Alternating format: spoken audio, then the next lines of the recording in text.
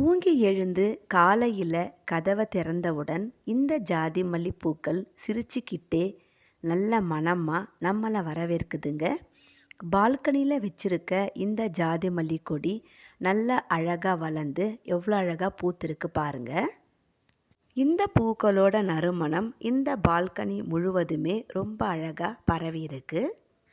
கூடவே இந்த bleeding heart கொடியில் வளர்ந்திருக்க பூக்கள் நறுமணம் இல்லை என்றாலும் இதனுடைய பூக்களுடைய கலர்ஸ் நம்மளை ரொம்பவும் அட்ராக்ஷன் பண்ணுது.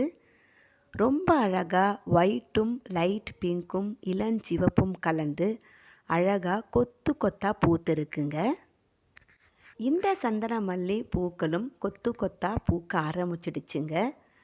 வீட்டுக்கு முன்பகுதியில் இந்த சந்தன மல்லி, ஜாதி மல்லி, ப்ளீடிங் ஹார்ட் இந்த கொடி வகைகள் எல்லாத்தையுமே வச்சு விட்டாச்சு. கதவை திறந்தவுடன் நல்ல மணமாகவும் அழகாகவும் சிரிச்சுக்கிட்டு நம்மளை வரவேற்குது பாருங்க. ஒரே கொத்தில் எத்தனை பூக்கள் ரொம்ப அழகாக பூத்து சிரிச்சுக்கிட்டே இருக்குது.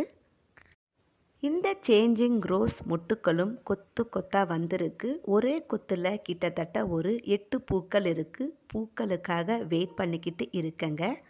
பார்க்கும்போதே கண்ணை கவரும் இந்த கோலியஸ் செடி ஒரே செடி தான் பாருங்க.